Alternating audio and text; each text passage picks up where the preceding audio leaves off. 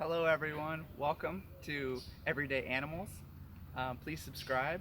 Today, for you, I have a adult spiny-tailed iguana, semi-adult spiny-tailed iguana. In a previous video, did a feature on a baby one, and this one's a little larger, a bit larger. I captured him on this very wall for a reptile class that I had the other day, and I'm now releasing him. And so is it always really good to release things back? I mean, is that sort of how you do a lot of stuff, is catch and release? Most of the things that I do are catch and release. So you can just study Yes, the animals for a few and I days let them and go pet them? exactly the same place that I captured them. Well, this is a nice place. This is very nice, yes. There's iguanas all along this entire wall. There's holes in here. Actually, I can feel the heat. Just putting my hand in here, I can feel heat coming out of these as bricks. It's wintertime, so these iguanas are cold-blooded, and he's very cold to the touch. And they need heat to be able to warm up their body temperatures so that they can metabolize their food and get enough energy to even move. Like when he gets cold, he barely even moves. So like they have to have heat to like move and digest and all that stuff? Yeah, to pretty much live. They have to. Otherwise, they can go into a dormant stage. If they get too cold, like for example, they can't even move? They can't even move. Whoa. No, it's like they have like rigor mortis. They get real stiff. I heard about some of these freezing and falling out of the trees in Florida. That's probably Yes, what happened. They that. just got like, wow, yeah. He's so big. Now, is this a boy or a girl? This is a boy. How do you know? Well, you can tell because they have large. They have an extremely powerful bite, and he has very sharp teeth like razor blades. And if he was to get a hold of you, it would not be a good day. Right. Yeah. He's a boy, I can tell, because he has these larger spikes, and he's not fully grown. He's starting to get a little bit of a crest on him. But also, if you go underneath of them, they have these pores on their legs. Yes. And these are larger ones. The females have these, and they're not even quite as large as this. And that tells me that he's definitely a male. Oh, interesting. Wow, that's a crazy way to sex something. Yep. You've got things on your legs. No, that's not. Okay, nice. so you're, let's see. There's something special about this one, isn't there? Yeah, the spiny-tailed iguana is the fastest lizard in the world. Yay! They can run 22 miles per hour, which is 35 kilometers an hour. Which is about as fast as a roadrunner. And I never seen a roadrunner run, but I've seen one of these run, and I didn't realize that roadrunners were that fast because these guys are like lightning.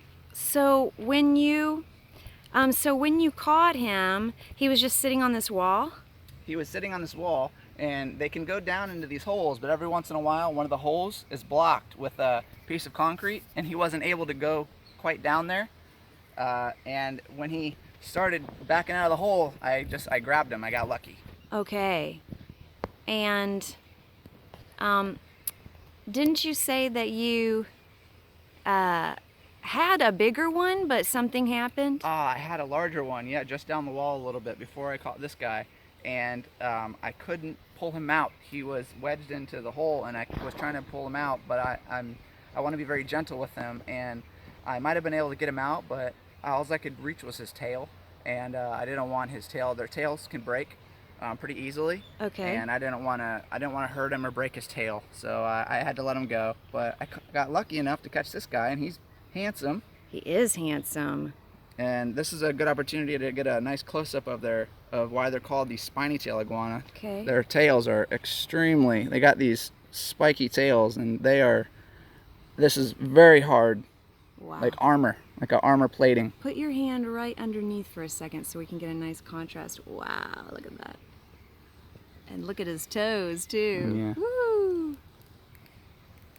Yes, for sure. He's handsome. And also, iguanas and most lizards, they have what's called, they call it a third eye up on top of their head. No And way. they can sense motions. Like if they're sitting on a wall, they can sense a bird or a predator coming by, and they can flee. So it's extremely difficult to catch an iguana or a lizard. It's really like a third eye on the Yeah. top of their head. Yeah. So cool. Is it that white dot? Yeah, you can kind of see. Oh, jeez. Yeah, he's getting heated up. Yeah. Uh-oh, I better back up. Okay, Tell 'em about so the explosion of the lactic acid that gets in their brains. Oh yeah, they can. Iguanas get this. They get energy built up, and they remain calm for a while. And when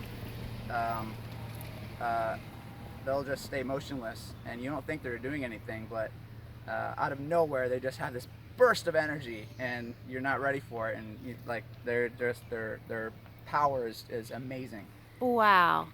Yeah, because lactic energy or lactic acid or whatever is that's something that you build up when you do a lot of exercising, and Yeah, it's and like it's not great for them. It's kind of it stresses them. Yeah, I can see that. This is such a nice place. He's got a nice home here, huh? Does, yeah. Their ears look like plastic. They do. Their ears. They have their ears are right behind their eyes. There, looks like a giant scale. Gigantic Whoa. scale, like a fish scale. And I believe iguanas have pretty good hearing, and I know they have very good vision. And it's very hard to sneak up on an iguana. I got lucky that he wasn't able to go down into his hole. I actually have an X drawn onto this hole, so I know this is the hole I'm going to let him go in. I drew an X because I know that it actually goes straight down, so when I let him go, he can actually go down into the concrete. Okay, perfect. Well, thank you so much, Ryan, for, being so gentle with the way that you're handling. You let the big guy go Yes. to not break his tail. Thank you so much, and thank you for letting them, catching them and loving them for your animal event, and then letting them back go in their home. And thank you for letting us see. Thank you very much. Okay, well, I tell you what, you want to let him go, and then once he scurries back in, we'll end the show? Yeah, let's do it. Okay. See what he does. I'm just gonna stick that. Oh, wait a minute. I'm going to get a shot. He's can not feel going to the- I jump can on feel me. the- I just am I can feel the afraid to heat get coming out of too these close. holes. He's probably excited to go in here. All right, It's hot. all right. Go ahead.